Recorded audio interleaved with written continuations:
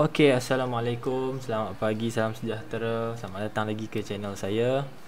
Alright, untuk video kali ni kita akan bincangkan berkenaan dengan tajuk masih lagi chapter 1, tapi dalam subtopik 1.2, iaitu resolution of forces. Okey, bagi yang belum tengok video-video saya yang sebelum ni, boleh tengok dekat playlist fizik tingkatan 5. Okey, kita dah bincangkan lebih kurang dalam 5 video untuk 1.1 resultant force. Okey, kita teruskan dalam 1.2. So basically the learning objective in 1.2 saya ringkaskan dekat sini.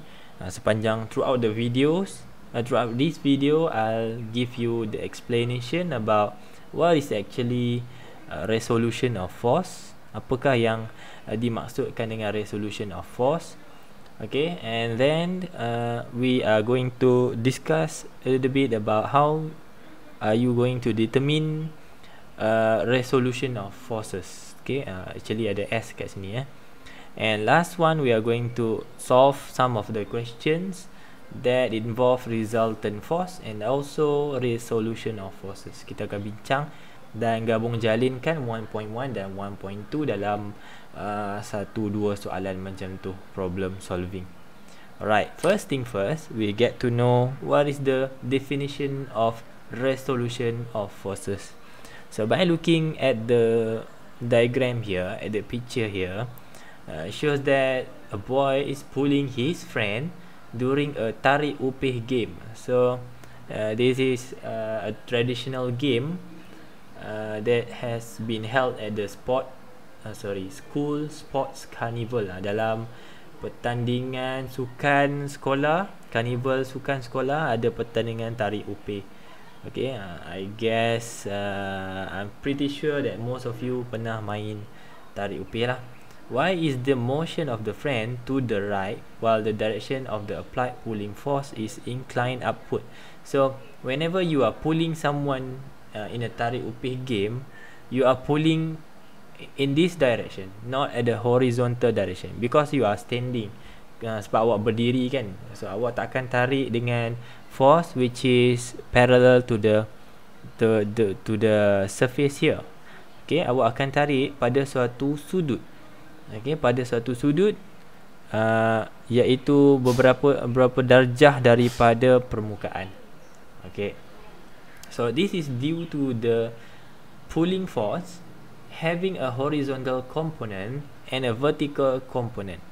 So soalan ni bukan soalan, pernyataan itu menerangkan kepada awak, memberi intro bahawa this pulling force can be resolved, boleh resolvekan kepada dua komponen.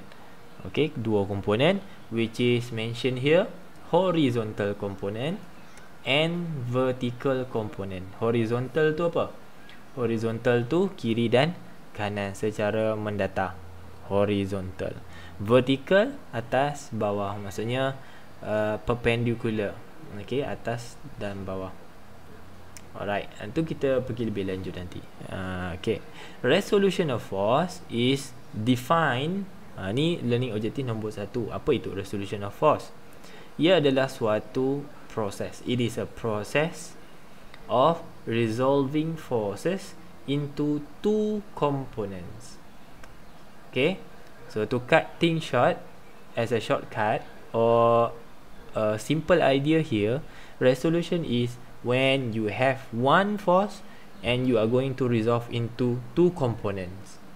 Okay, I repeat, awak ada satu force, you have a single force, you are going to resolve it into two components, and that component is correspondingly horizontal and vertical. Okay, dalam bahasa Melayu, awak ada suatu daya tunggal, awak nak pecahkan dia atau resolvekannya kepada dua komponen, dan komponen itu dikenali sebagai komponen horizontal and horizontal kat sini kenapa? Padam balik, sorry. Padam. Right. Vertical. This one is vertical. on the y-axis and horizontal. So those two components are horizontal and vertical component. Alright, so definition dia kita dah selesai. First learning objective, resolution. What is the resolution of force? Is when we have a single force, we are resolving it into two components. Next, those two components are as in the diagram here. Okay, ni saya ambil copy paste balik daripada definition dia. We are going to resolve it into two components. The one on the upper side or y-axis, we call it the vertical component. Okay, the one that is parallel to the surface, we call it the horizontal component. Okay, horizontal component. Next, so now this is how you draw the components. Ini macam mana awak nak label komponen X dan komponen Y. Okay, so let's say you have a single force F. You are going to resolve this force into two components, which is vertical and horizontal. Vertical and horizontal.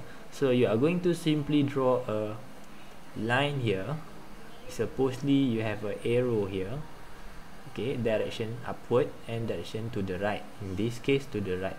So both two lines that have been drawn here is known as the horizontal and vertical component. The one that is referring to horizontal component, we label it as F subscript X. So whenever I use the word subscript, means it is written down here, small and down, bottom. Okay, ditulis bawah macam ni, F subscript X. So this is referring to the horizontal component, which is this one, Fx. Right, horizontal component. Okay, vice versa, the vertical component denoted as Fy, ditulis sebagai Fy, which is right here, Fy. Right, so that's it. This is how you draw a resolve force. You have a force, then you resolve it into two components, which is Fx on the horizontal axis and Fy on the vertical axis. Okay, one thing you should know next is the angle theta. We call it theta. Okay, the position of theta must be in between F and Fx. This is very important. Theta adalah suatu sudut yang mesti berada di antara F dan Fx, which is here, Fx here. So theta must be somewhere here, not this one.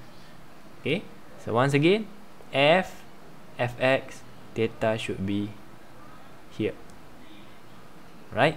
Sama juga kalau force ke sebelah sini macam mana? This, let's say this is the force here. So this one should be Fy once again. This should be your Fx, and theta should be in between F and Fx. Okay, down here.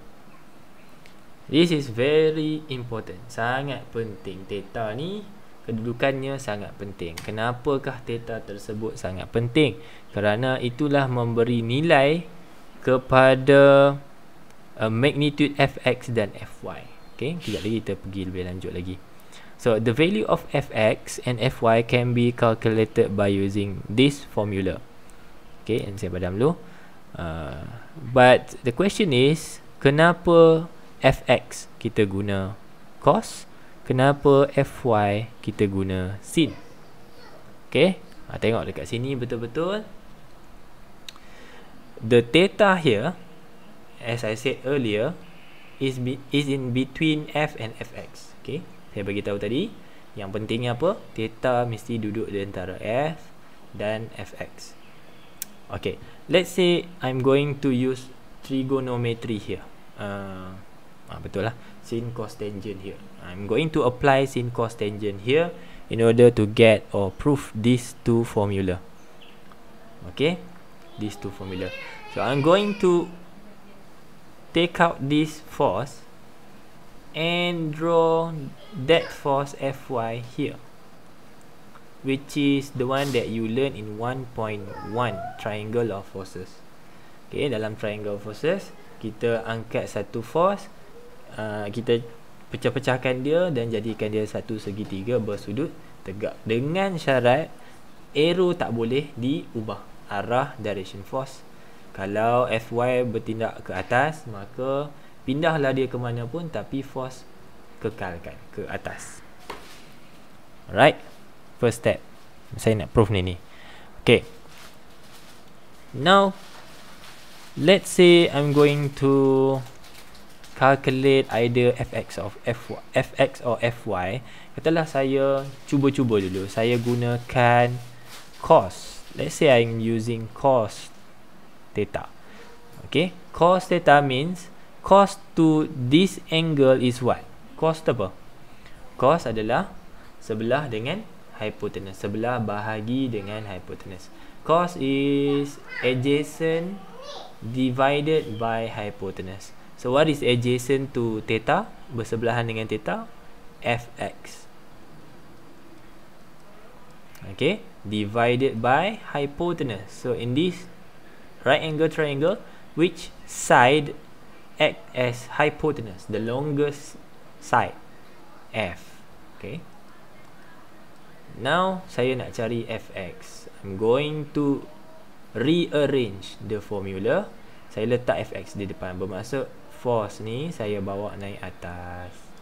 So Fx equals to F cos theta. Proof. Okay, the first one. So that is why when we are dealing with Fx or horizontal component, we use F cos theta. Okay, that is the first one. So now let's prove the second one, Fy. Let's say I'm going to use now sin or sin theta. What is sin for theta? Sin means opposite divide by hypotenuse. So opposite is Fy divide by hypotenuse F. Rearrange as in previous example. So you'll get Fy equals to F sin theta. Awak akan dapat Fy sama dengan F sin theta. So once again, proven. Nombor 2. So X cos Y sin. Okay, X cos Y sin. Cara mana awak nak ingat, terpulanglah pada awak. Okay, mungkin awak boleh ingat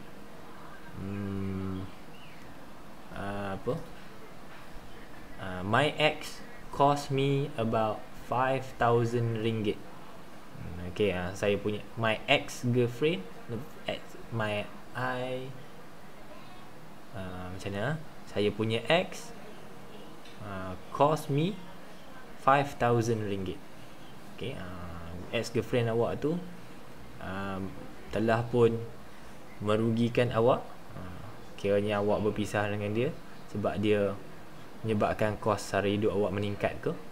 Boleh jugalah, mana-mana cara lah. Okay, so Fx cos Y sin. Y sin ni boleh ingat Yasin ke? Yasin kan, hari Khamis baca Yasin. Boleh juga, mana-mana lah.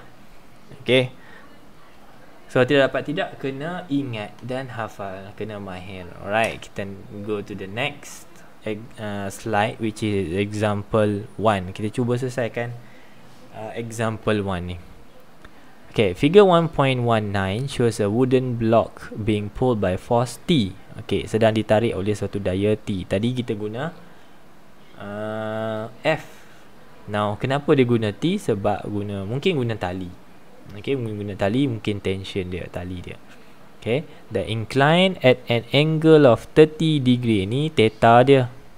Theta dia sekarang 30 above the horizontal surface.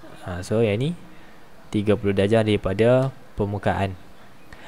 Okay, and then table 1.5 ni menunjukkan bacaan-bacaan simbol-simbol yang ada pada diagram free body diagram. Okay, ni free body diagram dia. Bacaan untuk T, nilai T 36, weight bawah ni 24, normal reaction atas ni 6, frictional force 20 Newton.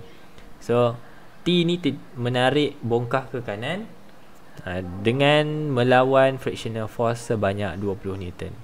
Ingat tu. Okay, saya padam.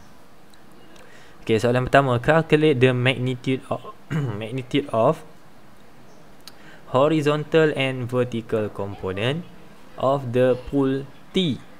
Okay, soalan A. Soalan minta cari komponen horizontal. Horizontal ni komponen apa?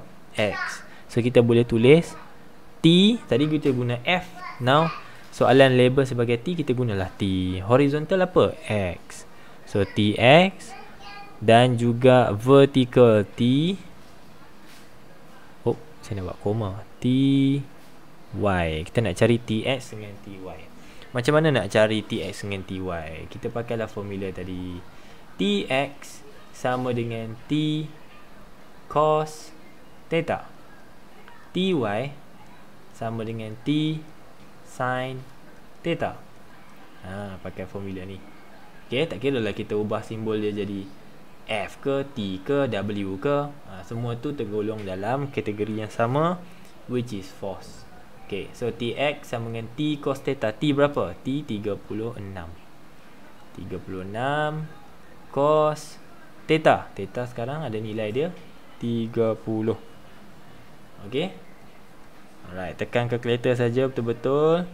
31.2 Newton. So ini komponen untuk horizontal. Untuk TY pula kita guna lagi T 36. Kali ini kita guna sin 30. Okay, and your answer should be 18 Newton. 18 Newton ni 31.2 Okay, harapnya boleh faham lah tu. Saya punya pen ni, kalau awak tengok video saya yang tulisan saya smooth, itu saya gunakan laptop. Saya tak tahu kenapa bila saya guna pen tablet ni dekat desktop, dia jadi macam jagged sikit, macam delay. Dia ada delay kot. Tak sure lah. Tak apa, sekarang awak boleh baca. Right, that's it. Horizontal 31.2, vertical 18 Newton. Let's look at question B. Determine the magnitude. Magnitude tu nilai beserta unit, direction arah dia, of the resultant force acting on the block. Okay, how do you get resultant force acting on the block? Awak tahu bahawa T sedang menarik blok ke mana? Ke kanan. So by right, kita assume that the motion is to the right hand side, bergerak ke kanan. Okay, bergerak ke kanan. Untuk objek bergerak ke kanan, mestilah force kanan tolak dengan force kiri. Saya ulang, yang ni dalam 1.1 sebab tu saya ajar slow-slow. Untuk sebuah objek bergerak ke kanan, force kanan mesti lebih besar daripada force kiri, atau force kanan tolak force kiri. Okay, seperti yang awak lihat dekat sini, force kanan ni, T ni tidak berserenjang. Tidak parallel dengan FR. T ada satu angle, tapi FR horizontal, betul-betul horizontal. So awak tak boleh tolak T directly to FR. Saya ulang lagi sekali, awak tak boleh tolak T directly to FR, because those two forces are not parallel. Tak macam ni. Okay, bila ada angle, apa perlu kita buat? Okay, bila T ada angle, awak kena consider which component is to be used. Okay, saya lukis balik secara ringkas dia macam ni. Ada force T, and then you have frictional force F R kat situ. Yang ni surface dia. Dia saya lukis terapung, sorry. Terapung lah pula. Okay, tak apa. Now I'm going to draw the resultant the resolve component. So you have a vertical and horizontal component. This one is F Y, this one is F X. Sorry, saya guna F pula. Saya padam balik. Why not saya lukis balik dekat sana? Sorry ya. Saya padam kejap. Penting ni. Ini sangat penting. Sangat penting. Mana saya lukis warna biru kan. Kotak dia. Lepas tu ada T. Lepas tu belakang dia ada frictional force F R. Lepas tu surface major. Alright, ni surface major. Saya buat macam tu bagi nampak surface major Right, saya tukar color. Now saya nak lukis komponen yang telah di resolve tadi. This one is TY. Saya guna T sebab soalan guna T kan. So this is TX. Kalau tak faham kenapa ni TX TY, boleh rewind balik ke minit berapa tadi saya ajar mana X mana Y. Theta duduk kat mana? Theta duduk kat sini. Theta. Okay, seperti saya beritahu tadi, awak tak boleh tolak T dengan FR kerana kedua-duanya tidak berada dalam keadaan parallel. Horizontal mesti tolak dengan horizontal, vertical mesti tolak dengan vertical. Atas tolak dengan bawah betul-betul segaris, kiri tolak dengan kanan betul-betul segaris. Kalau ada sudut, kena pastikan berapakah komponen yang sama. So dalam kes ni saya nak highlight dekat awak. Maksud saya, okay, the one that you should subtract is not T against FR but TX. TX. Kenapa TX? Kerana TX betul-betul parallel dengan FR. Awak boleh anggap dia, bila dia parallel, it is comparable. Komponen TX yang sebenarnya sedang menarik FR. It is actually TX that is pulling FR, not T. Bukan T pulling FR. It is not T pulling FR. It is actually TX pulling FR. Komponen untuk horizontal is pulling against the frictional force. Okay. Siapa tak faham ni, maksudnya 1.1 awak belum master. So macam mana nak dapat resultant force? How do you get resultant force? It is moving to the right.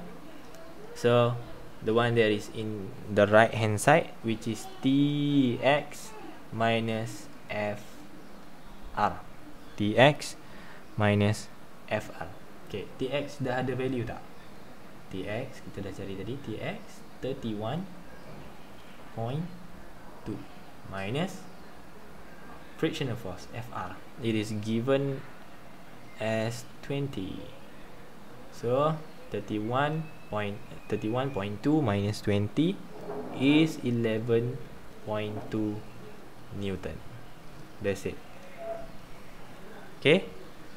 Tolong ingat soalan macam ni, this kind of question, you should use the component which is parallel to each other, TX and FR. Okay. Sama juga dengan case R dengan W. R dengan W. Okay, compare. Alright.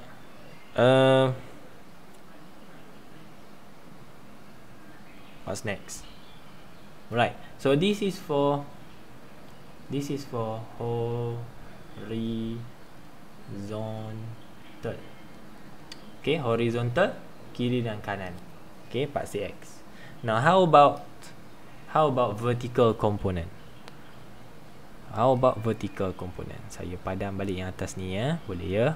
Saya padam balik because saya nak tunjuk resolvation yang seterusnya. Okay. Tadi dah selesai dah untuk horizontal this side. How about vertical component? So let us label which one is vertical component. First one is the normal reaction R. Kemudian the weight. Also, walaupun dia bertindak ke bawah, acting downwards, it is still considered as the vertical component. And there is another one. Ada satu lagi vertical component which is coming ataupun coming from T. T tadi kita resolve kepada vertical and horizontal. Ada komponen vertical untuk T kat sini, which is what? Ty. Here, Ty. So ada 3 komponen which is acting as a vertical forces. Okay, ada 3, R, Ty dan juga W. Okay, now kita nak tahu bila T menarik bongkar, is it the wooden block just move to the right or is it moving up? Ada dia bergerak ke atas juga ke? Ada dia turun ke bawah juga ke? Okay, macam mana nak tahu dia turun atas ke turun atas, naik atas ke turun bawah? Kalau nilai dia positif, maksudnya dia ditarik dan terangkat. Kalau nilai negatif, dia turun ke bawah. Okay, which is impossible lah sebab ada surface kan. Alright, kita determine dulu vertical dia. So the resultant force for this one saya label horizontal lah. Saya label H horizontal. This one saya label V untuk vertical. So now kita buat vector sum. We assume that the forces that is acting upward is positive force. Positive. So R positive 6 plus Ty positive value upward. So Ty is what? 18 plus W acting downward negative. W is what? W is 24. Alright, so that's it. The one that is acting upward, we consider it as positive value. The one that is acting downward is negative value. So 6 plus 18 is 24. 24 minus 24 equals to 0 Newton. So the resultant force on a vertical component equals to 0, means the object is moving on the surface without any lifting or any downward movement. Tak ada pergerakan ke bawah atau tidak terangkat ke atas. Right, that should answer question B.